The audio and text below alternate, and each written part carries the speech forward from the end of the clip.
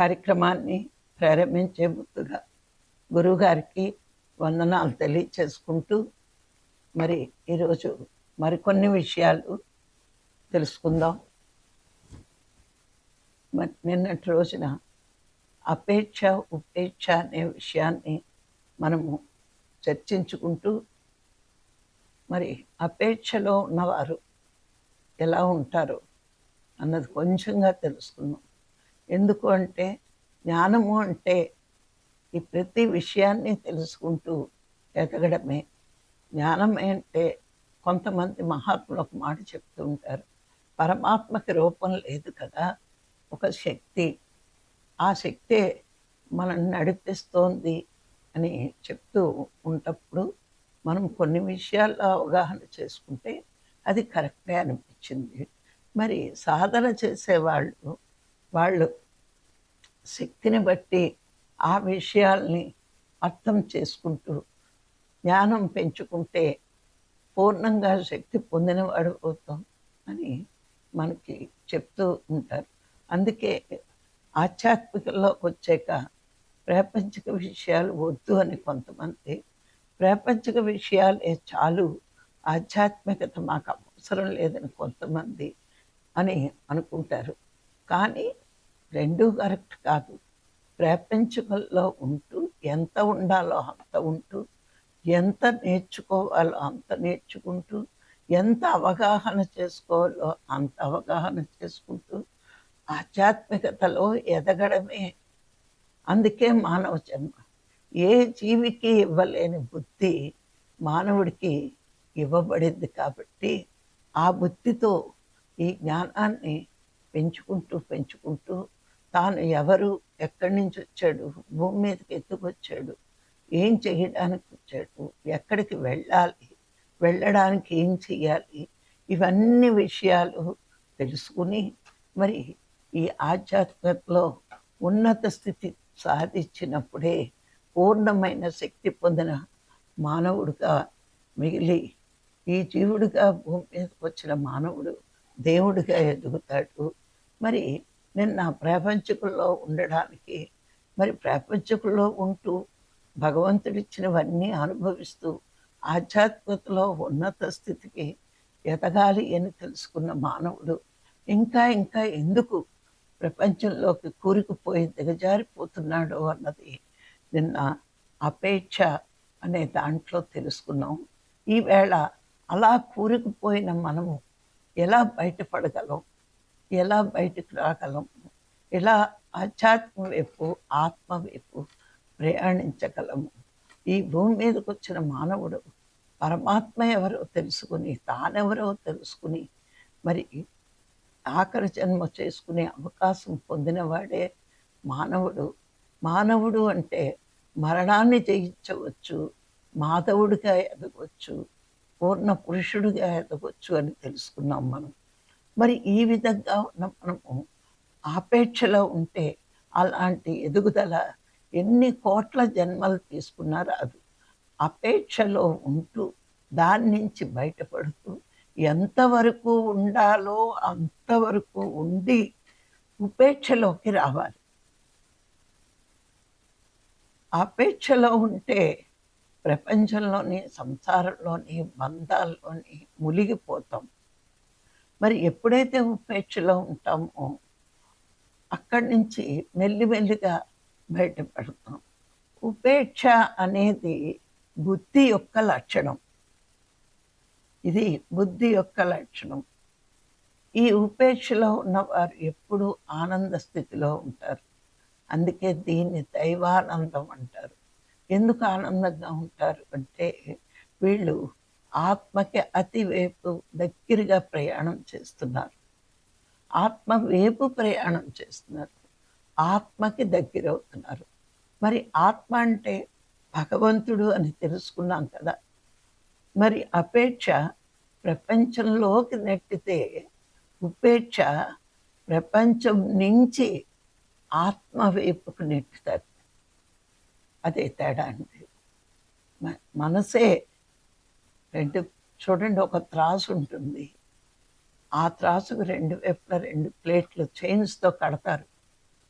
మధ్యలో ఒక ముళ్ళు ఉంటుంది. ఎటువైపు బరువు ఉంటే అటు వాలిపోతుంది. అలాగే మన మనసు ఒక ముళ్ళు లాంటిది.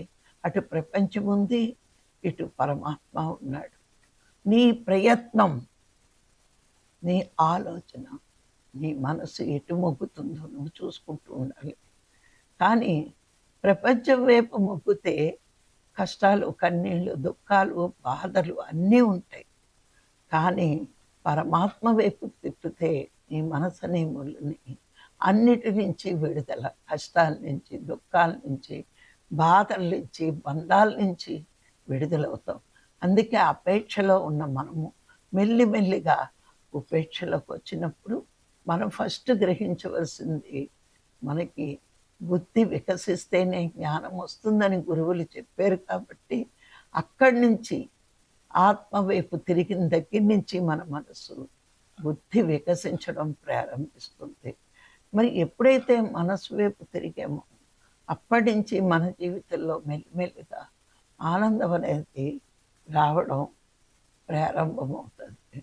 మరి ఈ విధంగా మరి బంధాలను వదులుకోవడానికి ఈ ఉపేక్షలో ఉన్నవారు బంధాలను వదులుకుని భగవంతుణ్ణి చేరడమే అని తెలుసుకుని బంధాలను వదులుకోవడానికి భయపడరు, బాధపడరు. ఎందుకంటే ఈ బంధాలు ఉన్నంతసేపు నేను భూమి మీదకి ఈ బంధాల వల్లే కర్మలు చేస్తూ మళ్ళా నేను భూమి మీదకి రావాల్సి వస్తుంది. ఈ భూమి మీదకి వస్తే జీవితం మళ్ళా దుఃఖాలు, మనం ఎప్పుడు చెప్పుకుంటాం పంచ దుఃఖాలు అని. గర్భ దుఃఖం, జన్మ దుఃఖం, వ్యాధి దుఃఖం, వార్ధక్యం దుఃఖం, మరణం దుఃఖం. ఎన్ని జన్మలు తీసుకుంటామో అన్ని జన్మలు ఈ పంచ దుఃఖాలని అనుభవిస్తూ ఉండాలి. మరి నాకు దుఃఖమే వద్దు అంటే జన్మే లేకుండా చేసుకోవాలి. మరి దుఃఖం ఎందుకు కలుగుతుంది, జన్మ ఎందుకు వస్తుంది అంటే బంధాలకి బందీ అయిన మనము ఆ బంధాల కోసమే ఎన్నో కర్మలు చేస్తూ మరి కర్మ ఫలితాన్ని, అవి భోగాలైతే పిల్లలు అనుభవిస్తున్నారు, ఆ భోగాలు సంపాదించడానికి చేసిన పాపం అనే కర్మ మనం అనుభవించి ఈ భూమి మీదకు మళ్ళా రావాల్సి వస్తుందని ప్రతి జ్ఞాని తెలుసుకుంటే ఎంత ఉండాలో అంత ఉంటాడు. కానీ మమకారం వదులుకుంటాడు. ఎప్పుడైతే మమకారాన్ని వదులుకుంటాడో ఈ ప్రపంచంతో, ఈ శరీరంతో ఈ మమకారాలు పెంచుకుంటే, ఈ బంధాలను పెంచుకుంటే నేను కర్మలు చెయ్యాల్సి వస్తోంది, కర్మ తగ్గించుకుంటేనే జన్మలు ఉండవు అని అన్ని బంధాలని వదులుకోవడానికి ప్రయత్నిస్తూ భగవంతుడితో బంధం ఏర్పరచుకోవడానికి ప్రయత్నిస్తాం. ఇది ఉపేక్ష యొక్క లక్షణం. వీళ్ళకి తెలుస్తుంది ఉపేక్షలో ఉన్నవాడికి. ఎందుకు బంధాలని ఎంతగా పెంచుకుంటామో దుఃఖం అంతగా ఉంటుంది. ఈ ప్రాపంచిక బంధాలు, శరీర బంధాలు, మనసుకున్న బంధాలు. శరీరానికి ఉన్న బంధం ఏంటి అంటే పిల్లలు, మనసుకున్న బంధం ఏంటి అంటే చుట్టాలు, బంధువులు, కులం, గోత్రం. ఇవన్నీ ఈ బంధాలను వదులుకుంటేనే కర్మలు తగ్గుతాయి, కర్మలు తగ్గుతేనే జన్మలు తగ్గుతాయి, జన్మలు తగ్గుతేనే మోక్షము అనేది అర్థమైకి అన్ని బంధాలని వదిలి భగవంతుడితో బంధం ఏర్పరచుకోవడానికే ప్రయత్నిస్తూ ఉంటాం అన్నమాట. మరి ఉపేక్షలో ఉన్న వారికి జన్మ ఎందుకో తెలుసుకుంటారు గురువుల ద్వారా. ఎందుకు ఈ జన్మ తీసుకున్నాము అంటే అపేక్షలో ఉన్నవాడు తినడం, తాగడం, అనుభవించడం, ఎంజాయ్ చేయడం అనుకోవచ్చు. కానీ ఉపేక్షలో ఉన్నవాడు జన్మ ఎందుకు అంటే తిరిగి జన్మించకుండా ఉండేటంత సాధన చెయ్యడానికే మానవ జన్మ అని తెలుసుకుంటాడు. ఒక్కటేనండి, సాధనలోకి వచ్చిన ప్రతి వాడు తెలుసుకోవాల్సిన విషయం ఏంటి అంటే మానవ జన్మ తీసుకున్నది మరుజన్మ లేకుండా ఉండడానికి అంత సాధన చేసే అవకాశం ఒక్క మానవుడికే ఉంది అని ప్రతి ఒక్కడూ తెలుసుకోవాలి. సాధనలోకి రాకముందు ఎంజాయ్ చేయడానికి అనుకున్నా సాధనలోకి వచ్చాక అది నీకుగా రావచ్చు, స్నేహితుల వల్ల రావచ్చు, కష్టాల వల్ల రావచ్చు, బాధల వల్ల రావచ్చు. కానీ ఖచ్చితంగా నువ్వు సాధనలోకి వస్తే ఆ గురువు ఇచ్చిన జ్ఞానం నువ్వు తీసుకుంటున్నప్పుడు నీకు అర్థమయ్యేది ఒకటే, సాధన కోసమే నేను మానవ జన్మ తీసుకున్నాను. ఏ జన్మ తీసుకున్నా మానవ జన్మకు ఒక్కదానికే సాధన అవకాశం ఉంది. అది దైవ జన్మ తీసుకో, ఏ జన్మ తీసుకో, కానీ మానవ జన్మకే ఆ అవకాశం ఉంది. కాబట్టి నేను మానవుడిగా పుట్టి మరు జన్మ లేకుండా చేసుకునే అవకాశం నాకు ఈ జన్మలో వచ్చింది. నేను ఈ జన్మకి ఈ అవకాశాన్ని ఉపయోగించుకోవాలి అని తెలివైన వాడి, బుద్ధి ఉన్నవాడి ఆలోచన. అదే తెలివి లేకపోతే, బుద్ధి లేకపోతే సాధన కూడా ప్రపంచకానికి వాడుకునే అల్ప బుద్ధులు ఎంతోమంది ఉన్నారు. బుద్ధి వికసించిన వాడికి పరమాత్మను చేరుకోవడానికి సాధన అనే గురువులు చెప్పే మాట అర్థమవుతుంది. మరి సాధన చేస్తున్న జన్మజన్మల సంస్కారం వల్ల, జన్మజన్మల వాసనల వల్ల ఈ సాధనని కూడా ప్రపంచకానికే వాడుకుంటూ ఉంటారు. మరి సాధన పరమాత్మ వైపు వెళ్ళడానికి అని తెలుసుకున్న మనము ఎవరికి సాధన కుదురుతుంది? ఉపేక్షలో తెలుసుకున్న సాధన కరెక్ట్గా చెయ్యాలంటే చిన్న వేసవెత్తు మరక కూడా మన జీవితంలో ఉండకూడదు. భగవంతుడికి ఎందుకు ఇష్టమవుతాం అంటే సాధకులు కర్మలు తగ్గించుకుంటారు, పాప కర్మలు తగ్గించుకుంటారు, కామ్య కర్మలు తగ్గించుకుంటారు. ఈ రెండు లేకుండా చూసుకుంటారు సాధన చేసేవాళ్ళు. ఎందుకు అంటే భగవంతుడిని చేరుకోవాలి అంటే బంధాలను వదులుకోవాలని తెలుసు, కర్మలు చెయ్యకూడదని తెలుసు, పాపకర్మలు అసలే చెయ్యకూడదు. ఇవన్నీ తెలుసుకుంటూ ఉపేక్ష పరమాత్మ దగ్గరికి చేరుస్తుంది. ఇందులో ఉంటేనే జన్మలేని స్థితికి నేను ఎదగగలను అని మనకి అర్థం అవ్వాలి. ఉపేక్షలో ఉన్న వాళ్ళకి సత్యం అంటే ఏంటో తెలుస్తుంది, సత్యాన్ని గుర్తించగలిగే శక్తి ఉంటుంది. ఇక్కడ గమనిద్దాం, సత్యం అంటే ఆత్మ అని తెలిసింది, కానీ ఆత్మ ఎవరికి లభ్యమవుతుంది? ఉపేక్షలో ఉండి నువ్వు తెలుసుకోవచ్చు. గురువు చెప్పాడు ఆత్మే భగవంతుడు అని, సత్యమే భగవంతుడు అని. కానీ నువ్వు భగవంతుణ్ణి చేరుకోవాలి అంటే నీ ఇంద్రియాలు సత్యానికే కట్టుబడి ఉండాలి. నీ వాక్కు సత్యవాక్కు అవ్వాలి. నీ చూపులు సత్యాన్ని చూడటానికి ఇష్టపడాలి. నీ చెవులు సత్యవాక్కులు వినడానికి ఇష్టపడాలి. నీ ఇంద్రియాలన్నీ సత్యం కోసమే ప్రయత్నించాలి. ఎదుటివాడికి సాయం చేయడము అంటే మరి ఈశ్వర సేవ చేస్తున్నాను అనే భావన నీలో ఉండాలి. మన ఇంద్రియాలన్నీ సత్యాన్ని తెలుసుకోవడానికి ఉపయోగించిన రోజున మనము ఉపేక్ష మార్గంలో ఉన్నట్టే. నువ్వు గురువు ద్వారా ఎన్ని విన్నా, గురువులు మన కోసం ఎంతో త్యాగం చేసి వాళ్ళ జీవితాలు దారపోసి సత్యం అంటే ఇది అని అనుభవపూర్వకంగా తెలుసుకుని ఆ అనుభవాలన్నీ రంగరించి తల్లి ఉగ్గుపాలతో పిల్లని ఎలా పెంచుతుందో గురువులు కూడా వాళ్ళ జ్ఞానాన్ని, వాళ్ళ సమయాన్ని, వాళ్ళ శక్తిని మన కోసం ఉపయోగించి వాళ్ళు మనని జ్ఞానవంతులు చేయడానికి ఎంతో ప్రయత్నిస్తారు. గురువులకి ఎంతోమంది శిష్యులు ఉండొచ్చు, కానీ గురువుకి నచ్చే మెచ్చే శిష్యులు సత్యాన్ని తెలుసుకున్నవాడు, సత్యాన్ని ఆచరించేవాడు, సత్యంలో జీవించే వాళ్ళే గురువు హృదయానికి దగ్గరవుతారు. మరి గురువు హృదయానికి దగ్గర అవ్వడం అంటే పరమాత్మకి దగ్గరైనట్లే. అలా భావించిన రోజున నువ్వు సత్యం తెలుసుకున్నా లాభం లేదు. సత్యంలో జీవించకపోతే మనము సత్యాన్ని తెలుసుకున్నా లాభం లేదు. పరదోషములు వెతుకుతున్నాం. నువ్వెంతసేపు పరదోషాలు వెతకడం కాదు, పరమాత్మ ధ్యాసలో జీవించు అంటాడు. ఉపేక్ష ఉన్నవాడు పరదోషాలను వెతకడం కాదు, పరమాత్మలో జీవించాలి. అంటే నేను ఆత్మని, నేను ఆత్మస్థితిలో ఉండగలగాలి. అందరూ ఆత్మలే, ఎవరిని చూసినా నీకు భగవంతుడు గుర్తు రాగలిగినప్పుడు నువ్వు పరమాత్మలో జీవించినట్టే, పరమాత్మ ధ్యాసలో జీవించినట్టే. మనము ఎంతసేపు మన గురించి ఆలోచిస్తున్నాం, ధ్యానం చేస్తున్నాం, కానీ ఏమేమి మార్పులు వస్తున్నాయి?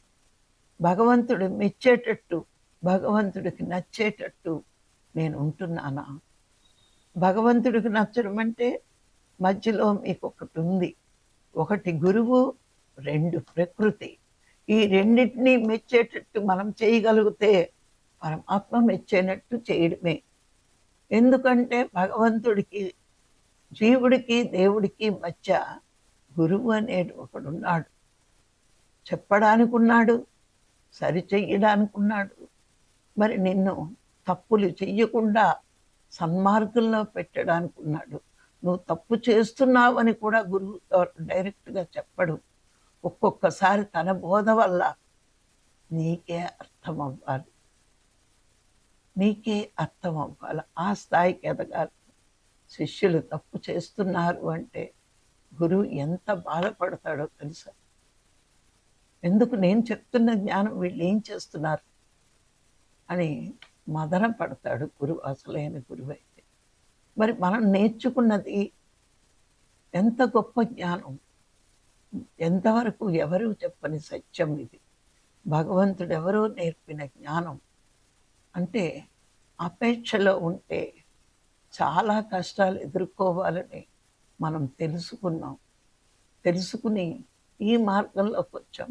ఈ మార్గంలోకి వచ్చే మనం శారీరక లాభాలకు కాదు, మానసిక లాభాలకు కాదు, భగవంతుణ్ణి చేరుకోవడానికే ఈ మార్గం అని పదే పదే మనకి గురువులు బోధించారు.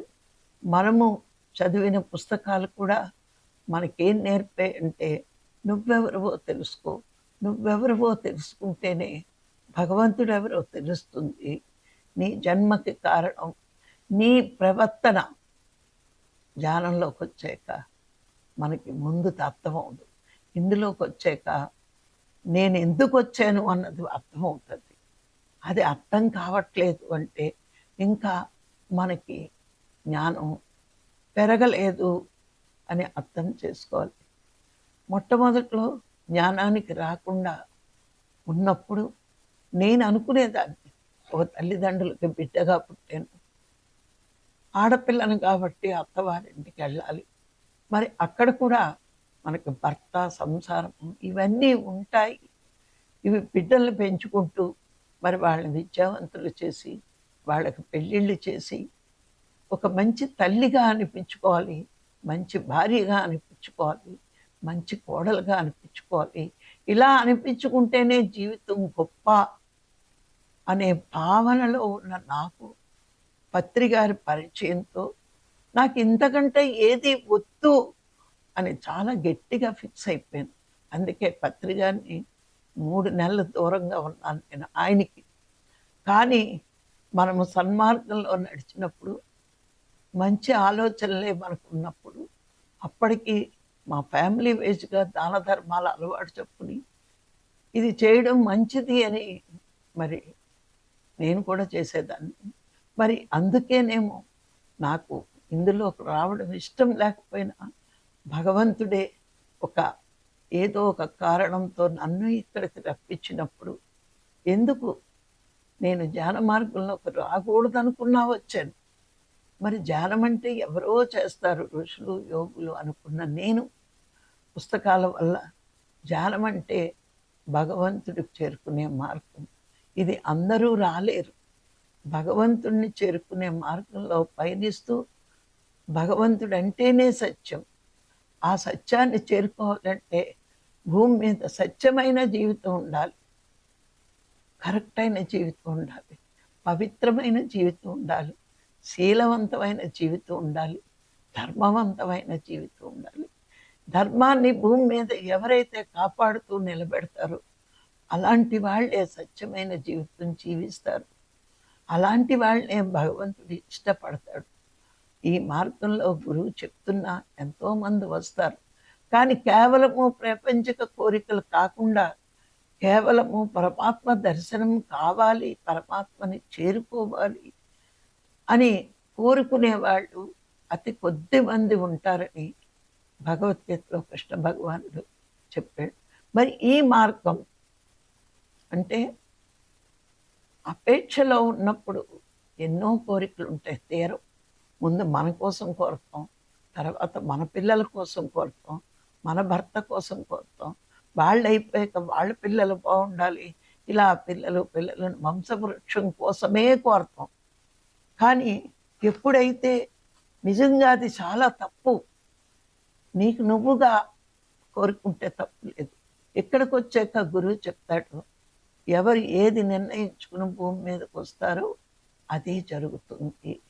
నువ్వు అనుకున్నంత మాత్రాన అన్నీ జరగవు. నా కొడుకు కలెక్టర్ కావాలి అనుకుంటాం, వాడికి ఇంజనీర్ అవ్వాలని ఉంటుంది, అదే అవుతాడు. నువ్వు అనుకుంటే అవ్వదు. అందుకే ఎవ్వరి గురించి ఎప్పుడు ఏది కోరుకోకూడదు. నీ కోరిక తీరాలి అంటే ధ్యానం చెయ్యి. ఏ కోరిక? భగవంతుణ్ణి చేరుకోవాలి, తెలుసుకోవాలి అనే ఒక కోరిక. కొంత ఎదిగాక మనం సాధనలో ఇంకో స్టెప్ ఇంకా ఇంకా ఎదిగినప్పుడు ఆ కోరిక కూడా తప్పే. ఎందుకు అడుగుతావు? నువ్వు సత్య మార్గంలో ఉంటే, నువ్వు సత్యంగా జీవిస్తే, నిష్కామ కర్మ చెయ్యగలిగితే, సత్కర్మలు చేస్తే నిన్ను ఉంచవలసిన స్థానంలో ఆయన ఉంచుతాడు. నువ్వు ఆయన శక్తిని తగ్గించి అడుగుతున్నావా? చేస్తాడా లేదా అని అడుగుతున్నావా? లేదా నువ్వేదో చేసేసావని ఒక పరిమితి పని చేసి అపరిమితమైన కోరిక కోరుతున్నావంటే నీకు ఇంకా స్వార్థం ఉన్నట్టే. అందుకే అది కూడా అడగొద్దు. గురువుగారు ఒకటే చెప్పేవారు, చేయవలసిన సాధన చెయ్యి, జీవించిన విధానంలో జీవించు, రావాల్సినవన్నీ వస్తాయి. నువ్వు చేసే పనికి, నువ్వు చేసే సత్కర్మకి, నువ్వు చేసే సాధనకి ప్రకృతి ద్వారా భగవంతుడు ఎప్పుడూ ఇస్తూనే ఉంటాడు. మన మానవులకున్న సహజ గుణం ఏంటి అంటే, ఇచ్చినవి గుర్తించుకోము, లేని వాటి కోసం ఆరాటపడతాము. అందుకే తృప్తికి మించిన ఆనందం ఇంకొకటి లేదు. భూమి మీద నువ్వు ఆనందంగా జీవించాలి అంటే తృప్తి తప్పించి రెండోది లేదు. ఉన్నది చాలు, నాకు ఎంత ఇవ్వాలో భగవంతుడు అంతే ఇచ్చాడు, నేను ఎంత పుణ్యం చేసుకున్నానో అంతా నాకు వచ్చేసింది.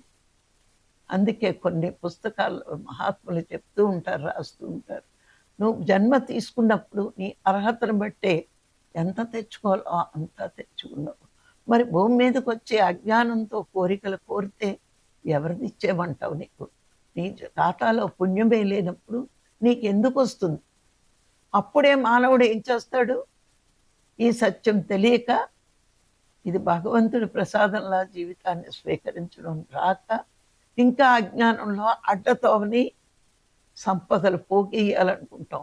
పోగేసిన ప్రతి సంపద ఇక్కడ వదిలి వెళ్ళడమే, కానీ ఇచ్చినవే వదిలి వెళ్ళిపోతావు. ఏదైనా పట్టుకెళ్తున్నావా? ఈ శరీరం పట్టుకెళ్ళం, నా అనుకునే సంపదలు పట్టుకెళ్ళం, ఏది పట్టుకెళ్ళం. మరి పట్టుకెళ్ళిన వాటి కోసం అక్రమంగా సంపాదించడం ఎందుకు? లేకపోతే కోరి అడగడం ఎందుకు? నీ జీవితం హాయిగా ఉందా లేదా? సాధన సరిగ్గా జరుగుతుందా లేదా? శక్తి సరిపోతుందా లేదా? జ్ఞానం పెంచుకుంటున్నావా లేదా? ఈ ఆలోచనతో ఉంటే మనం అపేక్షని వదిలి ఉపేక్షలో ఉన్నట్లే.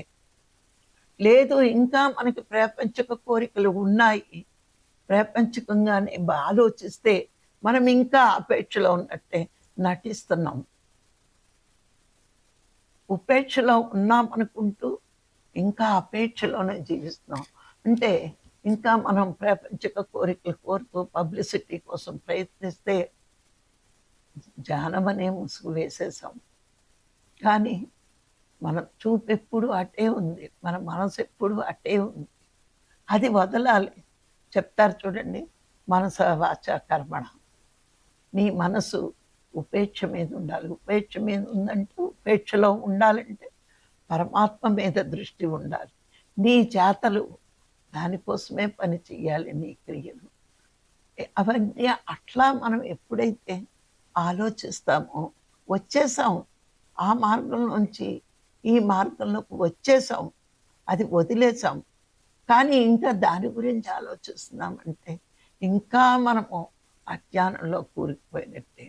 నిన్న మనం గమనించండి, ఏదో వండుకున్నాం, ఏదో తినేసాం, అయిపోయింది. అది తెల్లవారి మలంగా బయటికి వెళ్ళిపోయింది. కానీ నిన్న ఆ కూర బాగుంది, కానీ ఇంకొంచెం టేస్టీగా చేస్తే ఎంత బాగున్నో అని అలాగే ఈరోజంతా ఆలోచిస్తే ఈవేళ చెయ్యవలసిన వంట సరిగ్గా కుదరదు. అలాగే గతం గత, ఆ జీవితం గతం, అపేక్షలో ఎన్నో తప్పులు ఉన్నాయి, ఇవి ఉన్నాయి, అవి వదిలేసాం. మరి ఎక్కడే అందులోనే ఎంత పుణ్యం చేసి వచ్చామో, మరి ఈ మార్గంలోకి వచ్చి ఉపేక్షని ఇష్టపడి అవన్నీ వదిలితే నేను ఇలా ఉన్నాను, ఇలాగే ఉండాలి, ఎలా ఉన్నానో అలా, అంటే ఉన్నదాంతో తృప్తి పడుతూ సాధన మీద ఆసక్తి పెంచుకుంటూ సర్వే జన సుఖినో భవంతి అనడం కాదు, ఆ విధంగా నేను ప్రయత్నించాలి. అంటే అలా ప్రయత్నించడం అంటే ఎవరికి బాధ కలిగించకుండా, ఎవరిని హింసించకుండా, ఎవరిని దుఃఖపెట్టకుండా, ఎవరిని కష్టపెట్టకుండా, ఎవరిని నష్టపెట్టకుండా నేను జీవించగలిగే శక్తి నాకు రావాలి. ఒక అబద్ధం ఆడామంటే సత్యాన్ని పలికే శక్తి లేక, ఒక దొంగతనం చేశామంటే ఇంకా నాకు డబ్బు మీద ఆశ, మరి మాయ చేస్తున్నాము అంటే వాళ్ళు ఇంకా జీవుళ్ళు అనుకుంటున్నాం ఎదుటి వాళ్ళు. గురువు నీకు చెప్పాడు నువ్వే దైవం కాదు, అందరూ దైవాలే అని. మరి వాళ్ళు జీవుడు అనుకుంటూనే నువ్వు అబద్ధాలు చెప్తున్నావు, మాయ చేస్తున్నావు అంటే గురువు చెప్పిన మాటలు బూడిదిలో పోసిన పన్నీరు చేసావు, ఇది పెద్ద పాపం. మరి ఏం వంట పట్టించుకున్నావు? ఏమీ వంట పట్టించుకోలేదు. మరి ఏది లేకుండా నీలో సత్యమే లేకపోతే గురువు ఆలోచనలు తప్పుడు మార్గంలో తీసుకెళ్ళిపోతున్నాం. గురువు బోధని అజ్ఞానంలోకి వెళ్ళడానికి కాదు, వాళ్ళు జీవితాలు ధారపోసింది మన కోసం. మనని దైవాలని చెయ్యాలని వాళ్ళ జీవితాలు త్యాగం చేశారు మన కోసం. ఆ త్యాగంలో నీ మనస్సుని ఒక 100% కూడా త్యాగం చేయలేకపోతున్నాం. మనసుకున్న కోరికలకు బలహీనులమై గురువు ఉపేక్ష మార్గం చెప్పినా ఇంకా అపేక్షలోనే జీవిస్తే మరి ఎంత అజ్ఞానం. అందుకే మనం ఈ మార్గంలోకి వచ్చామంటే ధర్మవంతమైన జీవితం జీవిస్తాం. ధార్మిక జీవితం అంటే భగవంతుడి గురించి ఆలోచిస్తూ జీవించే జీవితమే ధార్మిక జీవితం. అట్లాంటి జీవితం జీవించేవాడు ప్రపంచానికి వెలుగునిచ్చేవాడు. ఆరిపోయే దీపంలా కాదు, నిత్యం వెలిగే అఖండ దీపంలా ఉండగలగాలి మనం. ఏనాడైతే జాల మార్గంలోకి వచ్చామో, ఏనాడైతే సత్యం అంటే ఏంటో తెలుసుకున్నామో, సత్యం అంటే ఒకచోట ఉండేది కాదు, సర్వత్రా తన వెలుగును నింపుతూనే ఉంటాడు. భగవంతుడు లేని చోటు లేదు అంటే భగవంతుడు ఉన్న చోట ఎప్పుడూ సత్యం ఉంటుంది, ఎప్పుడూ వెలుగు ఉంటుంది, ఎప్పుడూ ఆనందం ఉంటుంది అని మనం గమనించగలగడమే ధార్మికమైన జీవితం. మరి ఇలాంటి జీవితం జీవించాలి అంటే అపేక్షలో చేసిన తప్పులు, అపేక్షలో ఉన్నప్పుడు ఉన్న నష్టాలు కష్టాలు నెమరు వేసుకుని నేను వాటి నుంచి బయటపడ్డాను అని అనుకోవాలి. బయట పడాలి కూడా, పడకపోతే పట్టడానికి ప్రయత్నించాలి. నేను గొప్ప ధార్మికమైన జీవితం, మహాత్ములు నడిచే బాటలో నడుస్తున్నాను, దైవంగా ఎదుగుతున్నాను, నా గురువు గొప్ప దైవం, నాకు ఇచ్చిన ప్రసాదాన్ని నా జీవితమే, ఆ భగవంతుడు నా జీవితాన్ని ఇచ్చాడు అంటే, నాకు ఒక గురువుని ఇచ్చాడు అంటే నేను ఒక గొప్ప దైవంగా ఎదగాలి, ధార్మికమైన జీవితం జీవించాలి అని మనం అనుకోవాలి. మరి ఈ విధంగా ఉపేక్షలో ఉంటూ అపేక్షను వదిలి వచ్చాం. ఉపేక్షలో ఉంటూ మరి సత్యానికి దగ్గరై మనమే ఒక సత్యంగా మారిపోయే అంత అవకాశం మనకి ఈ జన్మలో ఉంది. తీవ్ర సాధన, తీవ్ర సత్కంద పఠనం, తీవ్రంగా సత్సంగాల్లో పాల్గొనడం, సజ్జన సాంగత్యంతో పాల్గొనడం, ఇట్లాంటివన్నీ చేసినప్పుడు ధర్మపరమైన జీవితం జీవిస్తాం. ఆ ధార్మిక జీవితం చూసి 10 మంది ఆదర్శంగా నిత్య సంతోషిగా మిగలాలి మనం. ఎప్పుడు భగవంతుడికి దగ్గర ఉన్నాం మనం. భగవంతుడు ఒడిలో ఉన్నాం. మనలో భగవంతుడు ఉన్నాడు. ఇక మనకు దుఃఖం వస్తుంది అంటే అజ్ఞానం. మన దుఃఖం నుంచి దాటేసాం. సంతోషం వైపు, సుఖాల వైపు, ఆనందం వైపు పయనం జరుగుతుంది. ఉపేక్షలో ఉన్నవాడు ఆనందంగా ఉంటాడు. అపేక్షలో ఉన్నవాడు దుఃఖంలో ఇంకా ఇంకా ఊబిలో మనిషి కూరికిపోయినట్టు అపేక్షలో ఉన్నవాడు కష్టాలు బాధల్లో కూరుకుపోతాడు. ఉపేక్షలో ఉన్నవాడు తేలుకుంటూ తేలుకుంటూ పైకి వచ్చి ఆనందం అనే సముద్రంలోకి వెళ్ళిపోతాడు. ఇదేనండి అపేక్షకి ఉపేక్షకి ఉన్న తేడా. ఏది వదలాలో ఏది పట్టుకోవాలో, సత్యాన్ని పట్టుకోవాలని అందరికీ తెలుసు. సత్యాన్ని పట్టుకోవాలంటే ఉపేక్షలో ఉండాల్సిందే. మరి ఈరోజు ఈ అవకాశం ఇచ్చిన మీ అందరికీ మరొక్కసారి ధన్యవాదాలు. Thank you, thank you, thank you.